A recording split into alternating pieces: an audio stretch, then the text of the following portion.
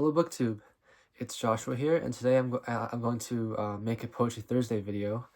I just grabbed I prepared 3 poems for you guys, and they aren't really thematic in any way. I just chose whatever was on my mind.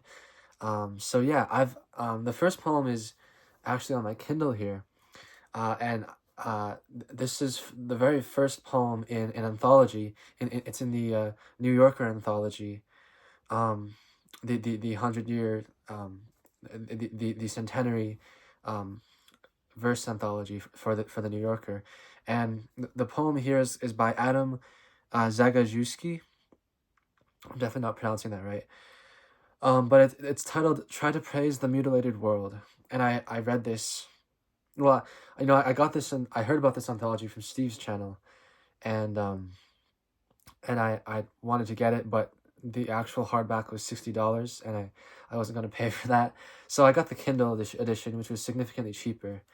And so yeah, I'm reading it on my Kindle. So yeah, I'll read it to you guys.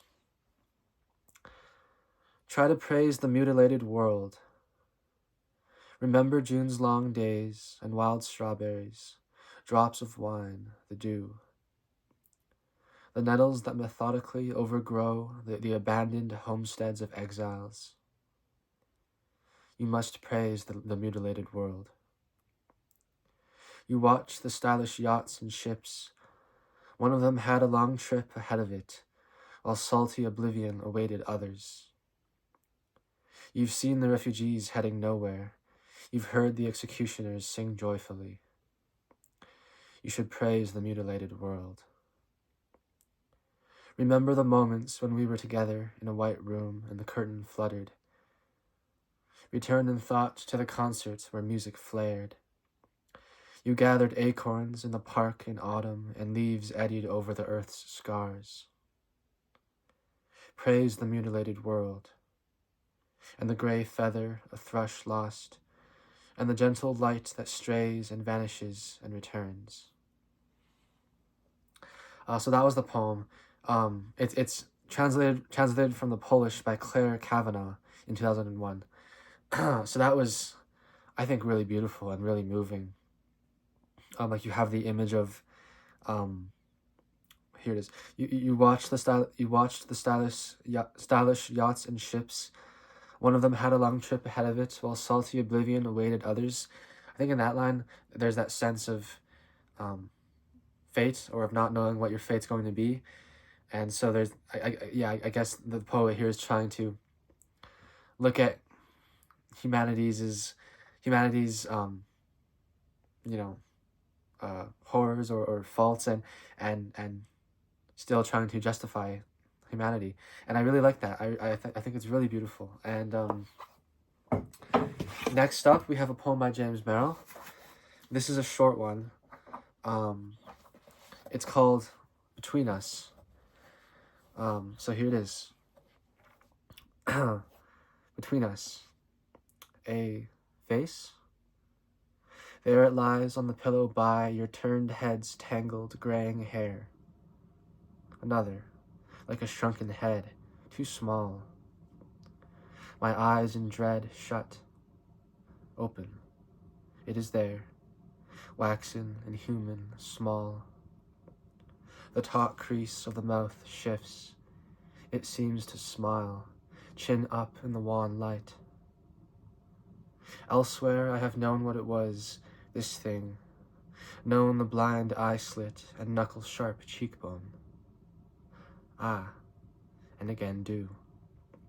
Not a face, a hand, seen clearly, mine. Deliver me, I breathe, watching it unclench with a soft moan and reach for you. So that was the poem, a short one, but I think really intricate in the image that it's portraying. It's the narrator lying in bed with beside someone else, and the back of the other person's head is turned towards the narrator, and the narrator sees his own hand in front of him and thinks it's a head, and it's I mean, I don't know exactly what it's trying to express ultimately, but those last three lines are you know, they provide a hint. Deliver me, I breathe, watching it unclench with a soft moan and reach for you. So I think that's an incredibly beautiful poem, and really kind of when I first read it, it was a really surprising poem because I didn't realize what he was doing. I didn't realize that he was describing his hand as if it were a face, and I think that's just somehow really beautiful. The third poem is As I Walked Out One Evening by W.H. Auden. I mentioned it in my last video, and I want to read it to you guys here. It's in the ballad form, and it's to me really powerful. So here it is. As I walked out one evening, walking down Bristol Street, the crowds upon the pavement were fields of harvest wheat. And down by the brimming river I heard a lover sing, under an arch of the railway. Love has no ending. I'll love you, dear. I'll love you till China and Africa meet. And the river jumps over the mountain, and the salmon sing in the street. I'll love you till the ocean is folded and hung up to dry, and the 7 stars go squawking like geese about the sky. The years shall run like rabbits, for in my arms I hold the flower of the ages and the first love of the world. But all the clocks in the city began to whir and chime. Oh, let not time deceive you. You cannot conquer time. In the burrows of the nightmare, where justice naked is, time watches from the shadow and coughs when you would kiss.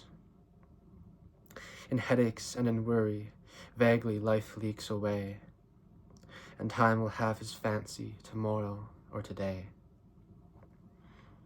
Into many a green valley drifts the appalling snow. Time breaks the threaded dances and the diver's brilliant bow. Oh, plunge your hands in water, plunge them in up to the wrist. Stare, stare in the basin and wonder what you've missed. The glacier knocks in the cupboard, the desert sighs in the bed, and the crack in the teacup opens a lane to the land of the dead, where the beggars raffle the banknotes, and the giant is enchanting to Jack, and the lily-white boy is Aurora, and Jill goes down on her back. Oh, look, look in the mirror. Oh, look in your distress. Life remains a blessing, although you cannot bless. Oh, stand, stand at the window as the tears scald and start. You shall love your crooked neighbor with your crooked heart. It was late, late in the evening. The lovers, they were gone. The clocks had ceased their chiming, and the deep river ran on. To me, that's just so powerful, so moving. I mean, you have those, I guess, 2 sections really. The first being narrated by the lover, and then the second being narrated by time. And they're both kind of very exaggerated points of view. You know, the lover imagines that his love it will never die, that it'll go on forever, and then time is the complete opposite, being, you know, so pessimistic. And yeah, I think that, and maybe that's what makes it such an effective emotional contrast, and maybe that's what makes it so moving ultimately. But yeah, so that's the Poetry Thursday. I hope you guys enjoyed. So thank you. Bye.